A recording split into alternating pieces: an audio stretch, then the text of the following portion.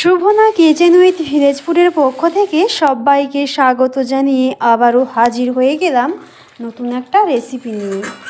আজ আমি তোমাদের সঙ্গে শেয়ার করব অনুষ্ঠান বাড়ির মতন আলু পটলের কষা রেসিপি।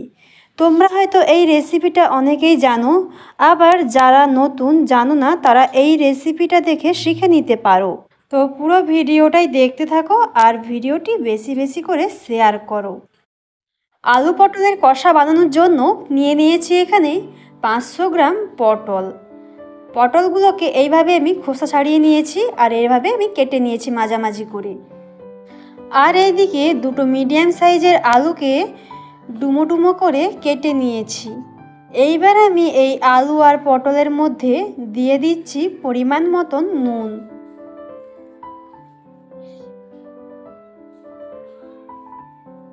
নুনটা দেওয়া হয়ে গেছে, এবার আমি দিয়ে দেব পরিমাণ মতন হলুদ। এইবার আমি আলু আর পটলের মধ্যে ভালো করে নুন হলুদটা মাখিয়ে নিচ্ছি। মাখিয়ে 5 মিনিটের মতন আমি রেস্টে রেখে দেব। আলু আর পটলে ভালো করে আমি নুন আর হলুদটা মাখিয়ে নিয়েছি, এটা রেস্টে রেখে দেব। আর এদিকে নিয়েছি মশলার জন্য একটা বড় সাইজের পেঁয়াজকে আমি হাফ এরকম বড় বড় করে কেটে নিয়েছি। আর এদিকে আর হাফ পেঁয়াজটাকে আমি গ্রেট করে নিয়েছি। আর নিয়েছি এলাচ, দারচিনি, লবঙ্গ আর কয়েকটা কিশমিশ নিয়েছি আর দুটো তেজপাতা নিয়েছি, রসুন বাটা, আদা বাটা আর 8টা থেকে 9টা কাজু বাদাম বেটে নিতে হবে। আর এদিকে নিয়েছি একটা বড় সাইজের টমেটোকে আমি গ্রেট করে নিয়েছি। এইবার আমি একটা গ্যাসের মধ্যে কড়াই বসিয়ে দিয়েছি। কড়াইটা ভালো করে গরম করে নিতে হবে। তো কড়াইটা আমি ভালো করে গরম করে নিয়েছি। এইবার আমি দিয়ে দিচ্ছি সরষের তেল। তেলটা একটু বেশি করেই দিয়ে দিচ্ছি। এবার তেলটাকে ভালো করে আমি গরম করে নেব। তেলটাকে ভালো করে গরম করে নিয়েছি। দিয়ে দিলাম নুন হলুদ মেখে রাখা আলু। আলুটাকে দিয়ে ভালো করে আমি ভেজে নেব প্রথমে। বন্ধুরা, আমি কিন্তু এর আগে অনেক রকমের পটলের রেসিপি দিয়েছি, দই পটলও দিয়েছি। তোমরা যদি দেখতে চাও উপরে দেওয়া আই বাটনে ক্লিক করে সেটা দেখে নিতে পারো, বা আমার চ্যানেলের লিঙ্কে গিয়ে তোমরা দেখে নিতে পারো। আলুটাকে ভালো করে আমি ভেজে নিয়েছি, খুব সুন্দর লাল হয়ে গেছে আলুটা। এইবার আমি আলু ভাজাগুলোকে নামিয়ে নেব।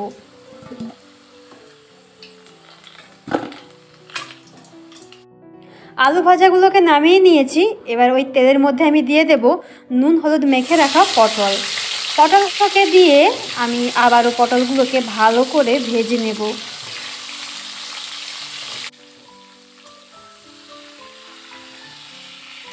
তো পটলগুলোকে ভালো করে তেলের মধ্যে আমি কষিয়ে নিচ্ছি।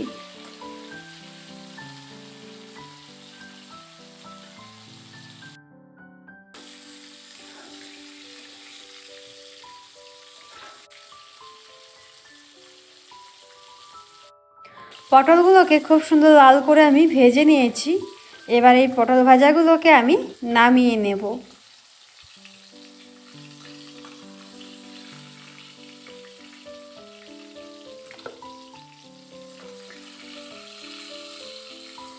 পটল ভাজাগুলোকে নামিয়ে নিয়েছি।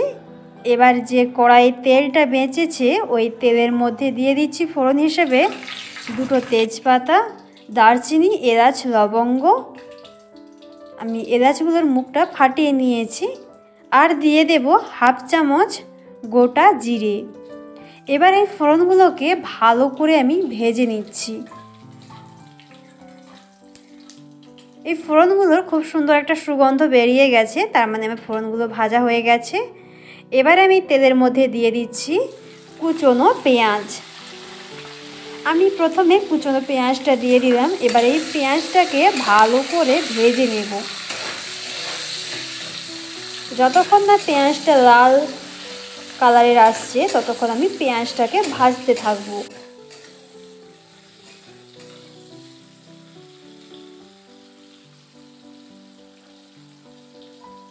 পেঁয়াজটাকে লাল করে আমি ভেজে নিয়েছি। এবার আমি দিয়ে দেব গ্রেট করে রাখা পেঁয়াজ আর দিয়ে দেব আদা বাটা আর রসুন বাটা, আর দিয়ে দিচ্ছি পরিমাণ মতো লঙ্কা গুঁড়ো, পরিমাণ মতন হলুদের গুঁড়ো। আমরা ঝালটা একটু কম খাই, তাই অল্প করেই লঙ্কা গুঁড়োটা দিলাম। তোমরা যদি বেশি খেতে চাও ঝাল তো বেশি দিতে পারো। আর দিয়ে দিলাম হাফ চামচ জিরে গুঁড়ি আর হাফ চামচ ধনে গুঁড়ি, আর দিয়ে দেব পরিমাণ মতন নুন। এবার দিয়ে দেব গ্রেট করে রাখা টমেটো।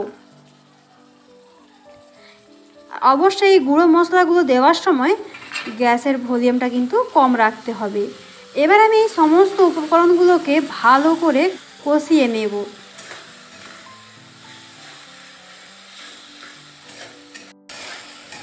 মশলাটাকে ভালো করে আমি কষিয়ে নিয়েছি।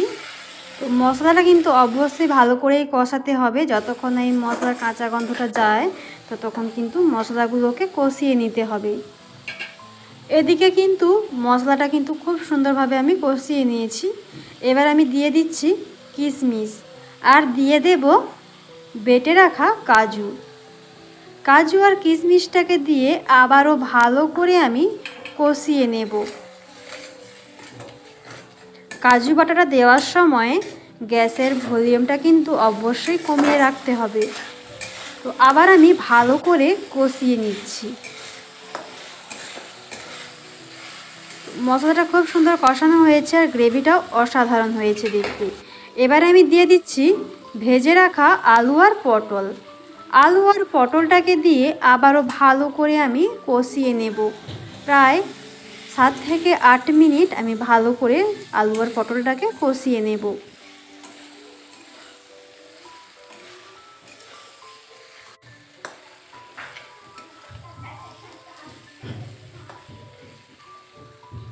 তো বন্ধুরা 7 থেকে 8 মিনিট আমি আলু আর পটলটাকে ভালো করেই কষিয়ে নিয়েছি।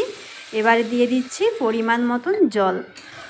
জলটা দিয়ে আবার একটু ভালো করে আমি নাড়াচাড়া করে নিলাম। এবার আমি ভালো করে ফুটিয়ে নেব।